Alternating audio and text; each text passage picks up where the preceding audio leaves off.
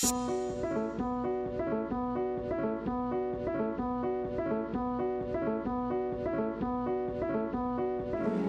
is my distinct honor and privilege to present to us our keynote speaker today. And I had a lot of stuff I was going to say, but I've been in the preaching ministry long enough to know that after a good get 'em up song like that, that you get out of the way and let the preacher introduce himself. I am grateful to God today for his contributions, our speaker's contributions to our community.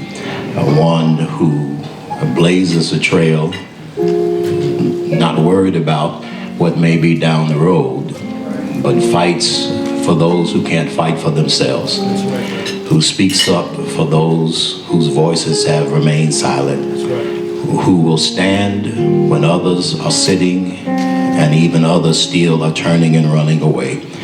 He is the pastor emeritus of the Trinity United Church of Christ. He is brother beloved. He is a man that really, when I think of him, I think of the Robert Frost poem, The Road Not Taken.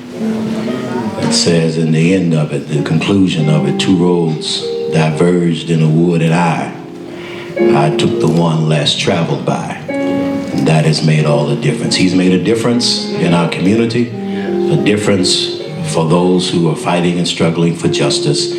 Brothers and sisters, let's receive warmly our keynote speaker, the Reverend Dr. Jeremiah A. Wright.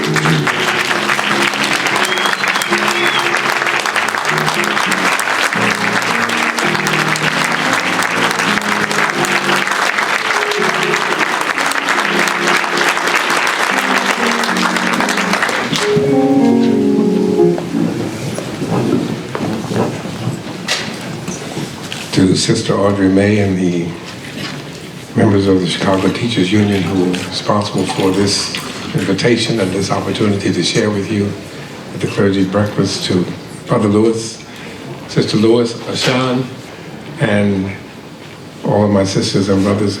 When faced with Reverend Williams, the challenge of being in an interfaith breakfast where persons who are sitting here, not all Christian, I try hard not to preach. So I'm not going to, it says, you look at your program, it says keynote address. But like was just said, when you sing like that, first of all, I'm not sure who put this program together, because you don't put no keynote speaker up after this. Just unfair. Well, thank Reverend Williams for that powerful music. I want you to consider with me on King's birthday the theme, and telling me to speak louder, a revolution of values, a revolution of values. And that title is taken from Dr. Martin Luther King's sermon. The sermon was titled, Beyond Vietnam, a Time to Break Silence. In that sermon, preached on April 4th, 1967 at the Riverside Church in New York, 1 year to the day before King was murdered in Memphis. Dr. King clarified the nature of the beast that we were up against in 1967 and that we still are up against in 2014. He said we are not just fighting against racism. We were and we are fighting against what Dr. King called a three-headed demon: racism, militarism, and capitalism. Casino capitalism, extravagant, out-of-control consumerism, a neoliberal free market-driven mentality. Those three evils were and still are interrelated. And a failure to recognize that reality, Dr. King said, would cause us to keep spinning our wheels and wasting our energies fighting the wrong battles and fighting a losing battle. Racism, militarism, and capitalism are the foundation upon which our imperial mindset is built. Our nation was built on that foundation. Our impulse and insatiable desire for global control proceed from and are propelled by the interlocking nature of those three principles: racism, militarism, and capitalism. The prison industrial complex is constructed on those three interlocking principles. The guiding philosophy of our government, from the taking of this land from the indigenous peoples in the 15th, 16th, 17th, 18th, and 19th centuries, through the taking of other people's land in the 19th, 20th, and 21st centuries. Please read Stephen Kinzer's book, Overthrow. The guiding philosophy of our government has been based on racism, militarism, and capitalism. From the violence of the Boston Tea Party in the 1700s, through the violence of the bombing of the Boston Marathon, and the military lockdown of Watertown, Massachusetts, the CNN accusation of and hysterical search for a brown-skinned or darker complexioned hoodie-wearing perpetrator, including a military SWAT team, Blackwater-style house-to-house search. The guiding philosophy of our notion of governance in this nation has been based on racism, militarism, and capitalism. From the 18th century Boston Tea Party to the 21st century Republican Tea Party, a 2.0 upgrade of the 20th century Lynch Party, our nation has been conceived in and controlled by the three interlocking evils of racism, militarism, and capitalism. Racism gave us Emmett Till, strange fruit, and segregation. Militarism gave us the Philippines, Cuba, the United States Virgin Islands, Hawaii, Vietnam, support of the apartheid government of South Africa, unconditional military support of the ethnic cleansing of Palestine. That title comes from a Jewish historian named Ilan Pape. It has given us COINTELPRO, and the control of the oil in Colombia, Iraq, and wherever AFRICOM has United States military bases. Capitalism gave us Wall Street, Citizens United, control of the media, the corporatization of hip-hop, and the corporate takeovers in higher education, sports, and healthcare. Racism, militarism, and capitalism have their tentacles surrounding your field of education, members of the union, early childhood education and curriculum development. And this three-headed monster has a 500-year head start in and stranglehold on my field, the history of religion and theological education. L.H. Welchel of the Interdenominational Theological Center in Atlanta, Georgia, a phenomenally brilliant church historian, would argue that the stranglehold of racism, militarism, and greed go back not just 500 years with the discovery of the New World and the European slave trade. Welchel always argues that we keep calling the European slave trade the Atlantic slave trade, the transatlantic slave trade. He said, will you stop trying to blame an ocean on slavery? The ocean ain't put nobody in slavery.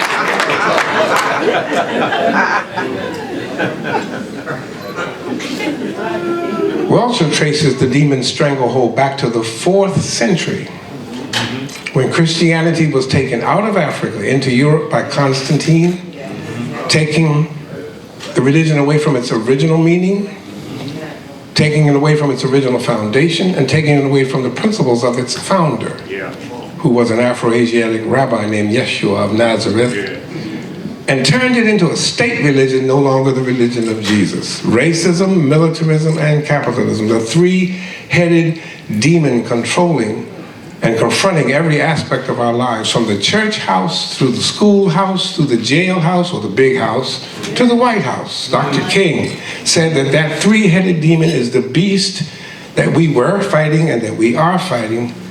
But corporate media has virtually, as Karen Lewis said, buried that Martin Luther King beneath a barrage of sound bites which fit the narrative they have constructed about King.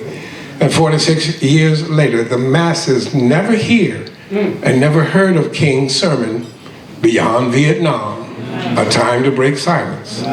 3 years ago, I told the worshiping congregation at Howard University on Martin Luther King Jr. Sunday that I did not know what disturbed me most, seeing the masses, seeing millions seduced by a soundbite, or seeing a ministry reduced to a soundbite. And I was not talking about myself. I'll come back to that in just a moment. I was talking about the ministry of Dr. Martin Luther King Jr. Millions have been seduced by the sound bites of Dr. King's speech given at A. Philip Randolph's March on Washington for Jobs and Freedom concerning unions, jobs, work. The March on Washington was not Dr. King's march. He was only one of several speakers. 50 years later, however, our students still call that march Dr. King's March. We celebrated the 50th anniversary of that march last year. What Dr. King said in 1963 only gives you a glimpse of a very complex and complicated struggle, and it does not come anywhere near the essence of Dr. King's letter from a Birmingham jail. It completely obscures what is a more seasoned King 4 years later said in his sermon at the Riverside Church. It misses the movement that King started for poor people, and it etches his memory, literally in stone, in a monument which only highlights the acceptable and non-threatening words that he spoke. We have been seduced by a sound bite. King's ministry to the poor, King's ministry with the poor, from the thousands of poor domestics, the help, who walked with dignity in the Montgomery bus boycott rather than ride in segregated shame, through the poor garbage men Karen just mentioned in Memphis, struggling against racism and kept in their place by the militarized popo of Memphis, up to the creation of Resurrection City and the Poor People's Campaign, which most Americans 46 years of age or under don't know anything at all about. That ministry gets dropped from the narrative, and King's revolutionary ministry gets reduced to the sound bites of I have a dream, Asean, or free at last, and I've been to the mountaintop. To whom was King speaking when he said he had been to the mountaintop? What was the context? Where was Dr. King when he gave his last sermon? Whose fight was he joining when he said he had been to the mountaintop? Beside whom was King standing in solidarity when he said that? What is the context? Unions. And what the unions were doing to black sanitation workers. Where would Dr. King be standing in 2014? With the Chicago Teachers Union boycotting a mayor who was sent here by the president to shut down the union. That's where he'd be standing in 2014. Mayor Daley was against him, and this mayor would be against him. Because he'd be standing with you, members of the union, for fair wages, living wages, and schools that did not select all white teachers.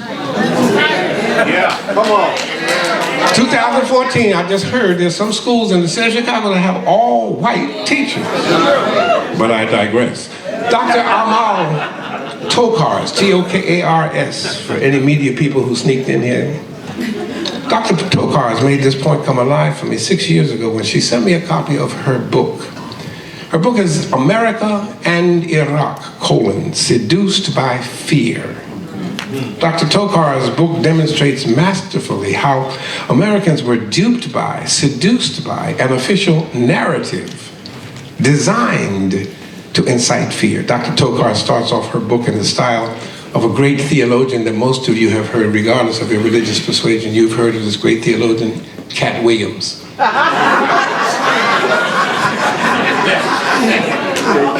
She starts off her book like that, where Cat asks you questions, and then he'll say after this question, I'll wait. Dr. Tokar has asked questions in the introductory pages of her book. Questions like, when do Iraqi Christians celebrate Christmas? December 25th? January 6th, the 12th day of Christmas. Do they celebrate along with the Greek Orthodox Church, the Egyptian Orthodox Church, the Coptic Church, or the Roman Church? I'll wait. She raises questions like, how do Iraqi Jews celebrate Passover? When and where do Iraqis take their vacation? How do they spend their vacations? Skiing? Surfing? Sailing? Is education free in Iraq? Is it secular education in Iraq? Or is it based on Sharia law? I'll wait. Her point is this: the readers of her book, the 99% of Americans, know nothing at all about Iraq. Iraq is her country. She's an Iraqi PhD teaching right here in the state of Illinois. Dr. Tokar says that all you know and all I know and all the readers of her book will know, that all the average Americans know is the official narrative that is spun about Iraq. And once an official narrative gets spun, from that point on, all you will hear or read about are reflections on the narrative, perspectives on the narrative, observations about the narrative, discussions concerning the narrative, debates about the narrative, critiques of the narrative, and correctives or disagreements about certain aspects of the narrative. The real irony is that none of the participants in the discussions, none of the bloggers, the journalists, the pundits, the talk show hosts, the reporters, the writers, or the so-called analysts know anything at all about the subject. They know nothing about her country. They know nothing about the people or the persons about whom they are speaking and writing. All they know is the narrative. A narrative was spun about Iraq, weapons of mass destruction. They still ain't found them. A narrative was spun about Saddam Hussein. He's in cahoots with Osama bin Laden. A narrative was spun about terrorism and Iraq being a threat to the American way of life, to our freedom and our democracy. And everybody weighed in on that narrative with nobody knowing anything at all about the people about whom the narrative was spun. Dr. Tokar's book is fascinating and I recommend it to you. What she wrote to me, however, on the fly sheet of her book was even more powerful for me, even more personally meaningful to me. Dr. Tokar said, Dr. Wright, what has happened to my people in my country is the same thing that has happened to you. A narrative has been spun about you by the media, and people hate you just like they hate my people because of the narrative that the media has spun. People are saying things about you because of the narrative. People are holding long discussions about you because of the narrative. People are forming opinions about you because of the narrative. People are telling their children about you based upon the narrative. Preachers are preaching sermons about you based on the narrative. And people engaged in these activities know absolutely nothing about you. All they know is the narrative. They fear you and your ministry, and they know nothing about you or your ministry. All they know is the narrative. Dr. Tokar went on to say on her fly sheet to me, I have been to your church several times. I have worshiped in your congregation many times. I've heard you preach on countless occasions. And I know the narrative is a lie. So I offer my book as a gift to you and hopefully a help to you so that you can better understand what has happened to you. In similar fashion, a narrative has been spun about Martin Luther King. And the narrative diverts our attention away from the king who names the demon in his sermon, Beyond Vietnam, A Time to Break Silence. If I had time to preach and if I was not in an interfaith setting, I would tell you and take a text right here, right here. Where Mark 5, Jesus confronts this man who's possessed by a demon. And he says to the man, come out of the man. He says to the demon, what happened? Nothing happened. The demon wouldn't budge. There's some demons that can go up against Jesus. So you want some of this? Come on. And Jesus asks him in verse 9, where all the sermons we preach, and we don't touch verse 8, but verse 9 says, what is your name? Same question that God asked Jacob by the river Jabbok. When he wrestled all night long, we preached that one too. I'm not going to let you go till you bless me. When he wouldn't let go, God said to him, what is your name? Why? Because the main point is this: if you can name the demon, you can tame the demon. If You cannot name the demon, however. You cannot tame the demon. That's the same principle taught in the 12-step addiction breaking drug recovery programs. People don't stand up and say, I have a drink every now and then. Right. No, they said, I am an alcoholic. I have to name the demon to get power over that demon. Dr. King named the demon in his April 4th sermon of 1967. The demon is named racism, militarism, and casino capitalism. Right. It is in that same sermon where he named the demon that Dr. King calls for a revolution of values.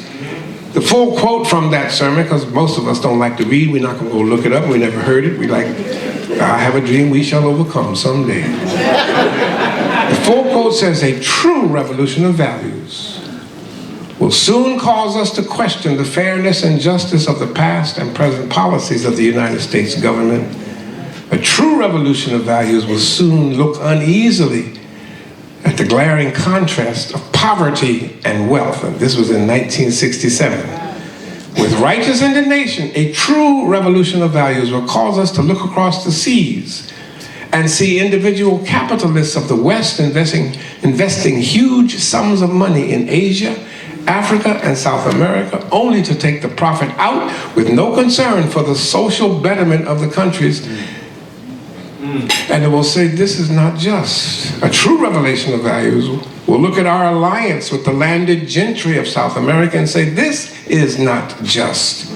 The Western arrogance of feeling that it has everything to teach others and nothing to learn from them is not just. Yes. Asean, I want you to memorize that speech. That's Martin Luther King. And I would like to suggest to you, as a colleague in the field of education, a professor of theological education, those of you who deal with early childhood education, educational psychology, teacher training, and all related disciplines represented at this Chicago Teachers Union breakfast, I would like to suggest to you that a revolution of values is what is needed to make this vision a reality across the nation and indeed the world. From my perspective, looking at King's ministry and his writings, a revolution of values would start where Dr. King's 1967 sermon left off.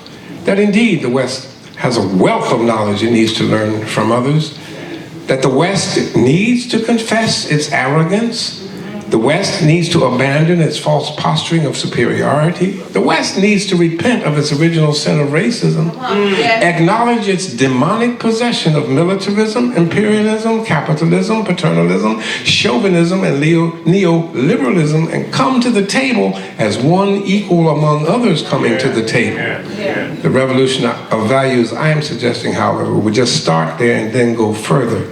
When you read Dr. King's sermons, when you read Strength to Love, when you read Where Do We Go From Here, Chaos or Community, when you read Letter from a Birmingham Jail, then the many implications for taking seriously a true revelation of values in the disciplines represented in this room, there are too many to talk about in one keynote. So let me just suggest three broad brushstrokes of direction that I see the revolution of values taking us as a Chicago Teachers Union and as educators. A revolution of values, number one, is a revolution where we value all people. One of the frightening things I've seen in my 72 years of life, Nate Jarrett, and seen it in the African American community, brothers and sisters, is our buying into the hierarchical valorization of people, just like those who created, carried on, and profited immeasurably from the European chattel slave trade. Dr. Khalil Gibran Muhammad, Elijah Muhammad's grandson, PhD from Harvard, now the curator of the Schomburg Library in Harlem, his book, The Condemnation of Blackness, documents the racism in the field of sociology, whereby blacks are stereotyped as criminals on the basis of their color. Long before Moynihan's theory and the dysfunctional black family deficit theory, which became tantamount to biblical truth, white sociologists not only ignored the work of W.E.B. Du Bois, their fellow sociologists, When sociologists, including social workers like Jane Addams, not only failed to provide social programs, social support system, and educational bridges for blacks coming into urban centers during the Great Migration, as they did for the Irish, the Italian, and other European immigrants in the 20th century, they also they labeled African Americans as socially deviant based on their skin color.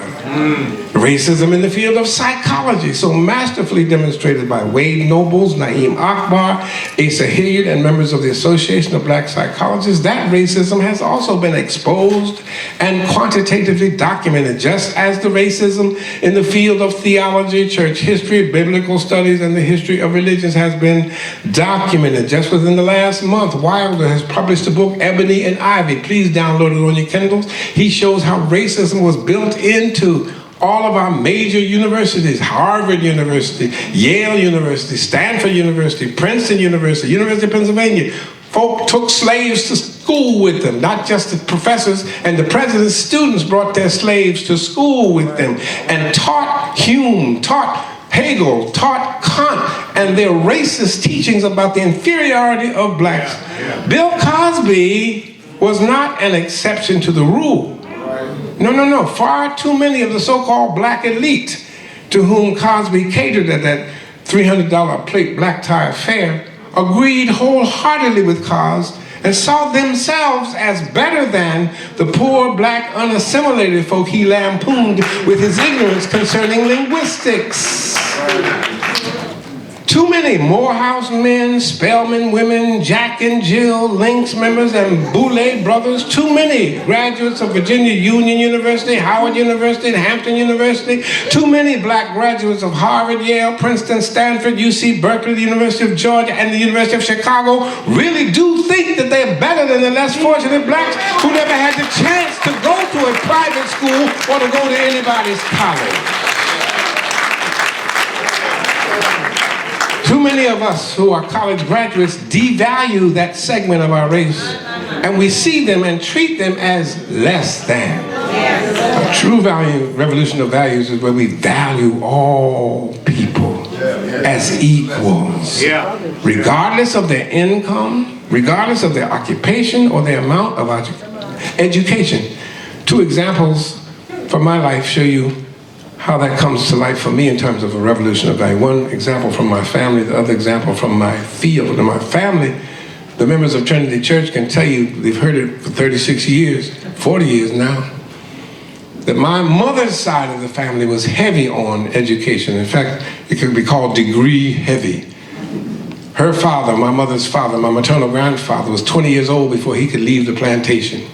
And he left the plantation with no education whatsoever at 20 years of age. And at 20 years of age, he went to grammar school, he went to high school, he graduated from Virginia Union, and he graduated with his MDiv from the Samuel W. Proctor School of Theology at Virginia Union in 1902. And he was determined that all of his children had to get education. None of them had less than 2 degrees. My mother ended up with a doctorate from the University of Pennsylvania.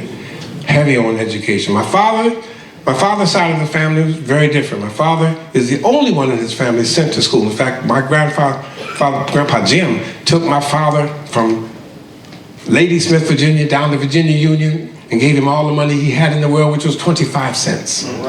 He said, son, get an education. I want you to go further than I did. 25 cents. Daddy had to work a semester, go to school, semester, work a semester, go to school. Wasn't no Pell Grant, wasn't no work a semester, go to school. And we teased him because we said, that's the only reason you got to meet Mommy. He's 7 years older than she. He was still at Virginia Union when she came in. But he ended up with his Bachelor of Arts, Bachelor of Theology, Master of Divinity, and went to Lutheran school, got his Master of Sacred Theology. But all of his sisters and brothers had no education. And my grandfather, his father, was 3rd grade tobacco farmer.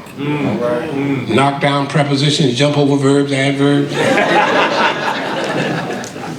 We were forced to read. We were forced to learn. In my home, there wasn't no question about, are you going to college? The question, where are you going to college? So I went to college. Now, Philadelphia, Asean, Philadelphia, started in the 4th grade. Karen, you might want to introduce this.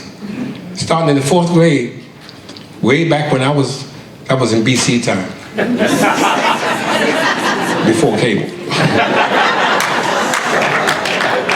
The educators in Philadelphia learned that children pick up languages like that. So they started us with foreign languages in elementary school. So from the 4th grade to the 11th grade, I had Spanish. Well, I got tired of Spanish. I transferred to start studying Latin. Latin and Spanish very close together. There's a little poem I'll teach you, Latin poem. Latin is a dead language, as you can plainly see. It killed all the Romans, and now it's killing me.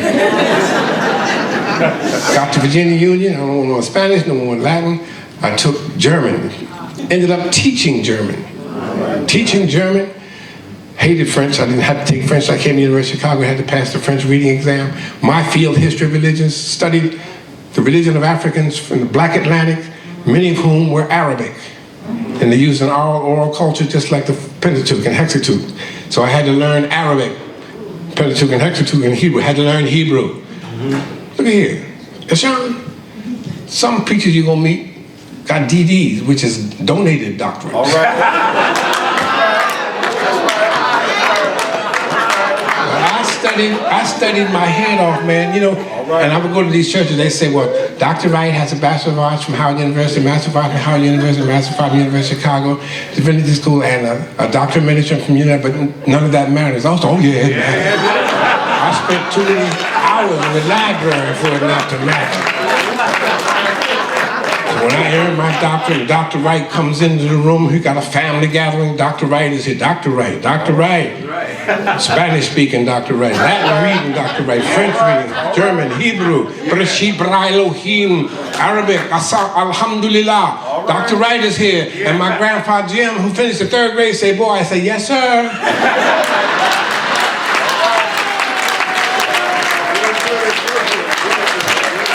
Degrees don't mean nothing in the family, and they don't mean anything in the family of God.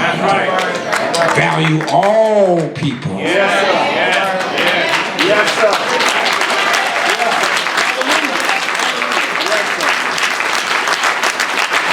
Revolution of values is a discipline that the Chicago Teachers Union encompasses, where we, secondly, will value principle above profit,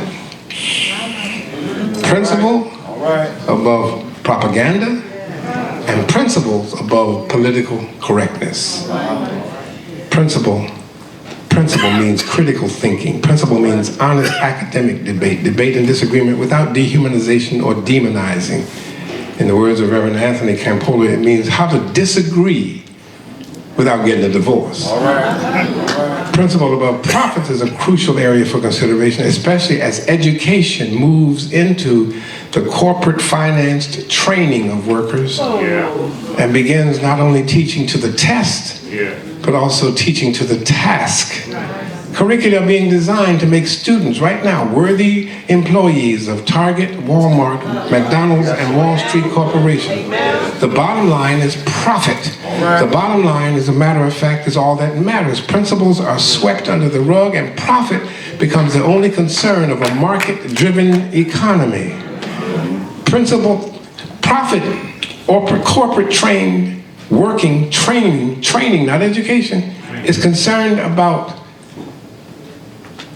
corporate control, cookie cutter testing. That's right. It is anti-union.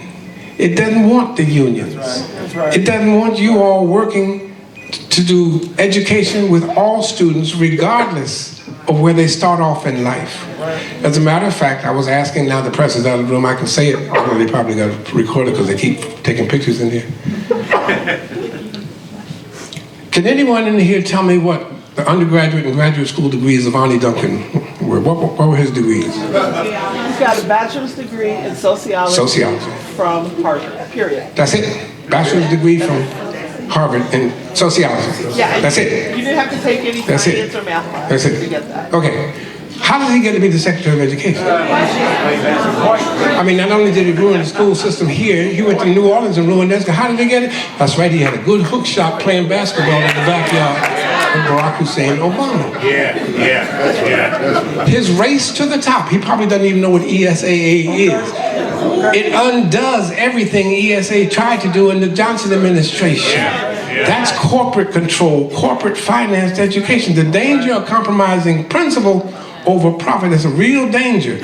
I can shorten the story for you. No. Dr. E.D. McCrary taught us at Virginia Union way back in 1959, professor of ethics. Dr. McCrary taught us, here's what happens when you compromise principle and you put profit above principle.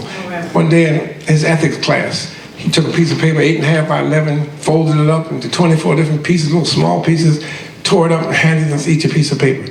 He said, Reverend Floyd, Reverend Williams, I want you to listen to what I'm getting ready to ask you. Sister Williams, listen to what I'm asking you. And when I ask my question, print Y-E-S or N-O after I ask you my question. Now, that was 1959. His question was this. Clean up, Sean is here. He said, listen, if you were in the Mediterranean on a Mediterranean cruise and you got off the boat one day in, say, Morocco, and you didn't want any guided tours, you just want to walk around with your camera and take pictures of the mosques, of the synagogues, of the churches, of the people. And while you were taking pictures and walking around, this limousine, stretched limousine pulled up next to you and the back window went down. Now this was 59, I gotta update it. Sisters, it was Idris Elba. Brother Lewis, it was Beyonce. On the other side of that window, and they offered you $10 million for 1 hour of your time. No sexually transmitted diseases, no stalking, no contact, no bugging you, no fatal attraction. You never hear from them again in life. You could take that $10 million, come back to the States, put $1 million in 10 different banks and live off the interest for the rest of your life. Nobody would know where you got the money. Would you go? Print Y-E-S. He said, don't write it, I know your handwriting, print it. He said, now fold it over like you fold them dollar bills over when it's offering time, real tight. We passed in our, and out of 24 kids, about 6 of them said yes, they would go. Then Dr. McCrary said, is there anybody here who has the courage of your convictions to stand up and talk to me who wrote yes? Anybody who wrote yes, would you talk to me publicly, openly? And this one student raised her hand, she stood up. He said, you would go? She said, nobody would know where I got the money. He said, nobody. My mama and daddy wouldn't know. Nobody would know. No sexually transmitted disease. Back then we didn't have AIDS. We had clap, syphilis. No clap, no syphilis, no nothing, no nothing. No stalking me, no bugging me, nothing. You never hear from her again in life. She said, yeah, I'd go. He said, would you go for $100? No. She said, what do you think I am, a prostitute? He said, we've already determined that. Right now, we're just trying to negotiate a price. Because, and then he wrote on the board, P over P equals P. Whenever you put price above principle, you are a prostitute.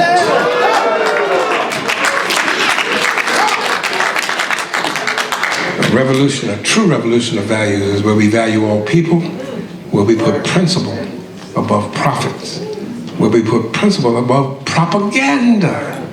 We need to teach the truth about our history, not the propaganda that passes itself off as history. We do not need propaganda and romanticizing concerning our history. We need to teach the truth about our history. We need to teach the truth about Abraham Lincoln. We just celebrated the 150th year of the Emancipation Proclamation. But somewhere in that narrative, we do not tell the truth about Abraham Lincoln. Please read Lerone Bennett's Forced into Glory. It's a must if we're going to tell the truth about Abraham Lincoln and the Emancipation Proclamation. Abraham Lincoln wanted the gradual manumission of the Africans enslaved in this country. He wanted to reimburse the slaveholders for their loss in capital, and he wanted to emigrate, E-M-I-G-R-A-T-E, all blacks out of this country, either into Haiti or Liberia. Abraham Lincoln liked to tell darky jokes. He liked to hear darky jokes, and he used the N-word incessantly. Abraham Lincoln, as a matter of fact, historical fact, signed the Emancipation Proclamation on September the 22nd, 1862, to make null and void the Second Confiscation Act of the Congress that was to go in effect on September 23rd. The Second Confiscation Act of the Congress would have freed all enslaved Africans. Lincoln's proclamation only freed those Africans in the states that had already seceded from the nation, and those states which did not consider him their president anymore anyhow. We need to teach the truth about our Constitution. The constituting elements of the 1787 document approve of slavery and define Africans as 3/5 of a man. Sisters, you didn't count. A. Leon Higginbottom's book, In the Matter of Color, goes into great detail, colony by colony, to show us how the laws that existed in this country from the 1630s up to 1787 were not based on legal precedents, legal English, common English law, or jurisprudence. They were based on racism and custom. Now, after 150 years of racist law, you cannot help but have a racist constitution come into being in 1787. What does the 13th Amendment do? What does the 13th Amendment do? What does the 13th Amendment do? Is this a teacher's group I got here? What does the 13th Amendment do? Supposedly abolish slavery, except as to incarceration. Prisoners were never free. Prisoners in 2014 are still slaves in this country.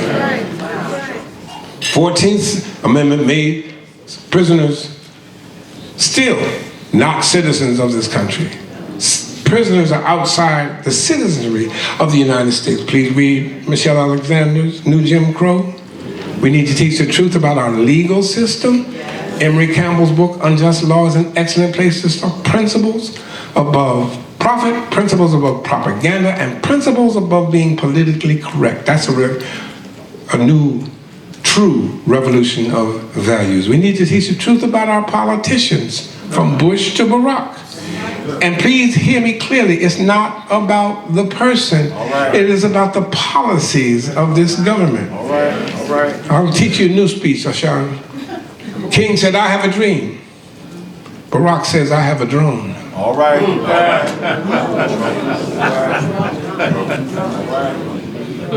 We need to teach the truth about our politicians and the policies of this country. Every Tuesday morning, there's a kill list that the president decides who we gonna kill this week.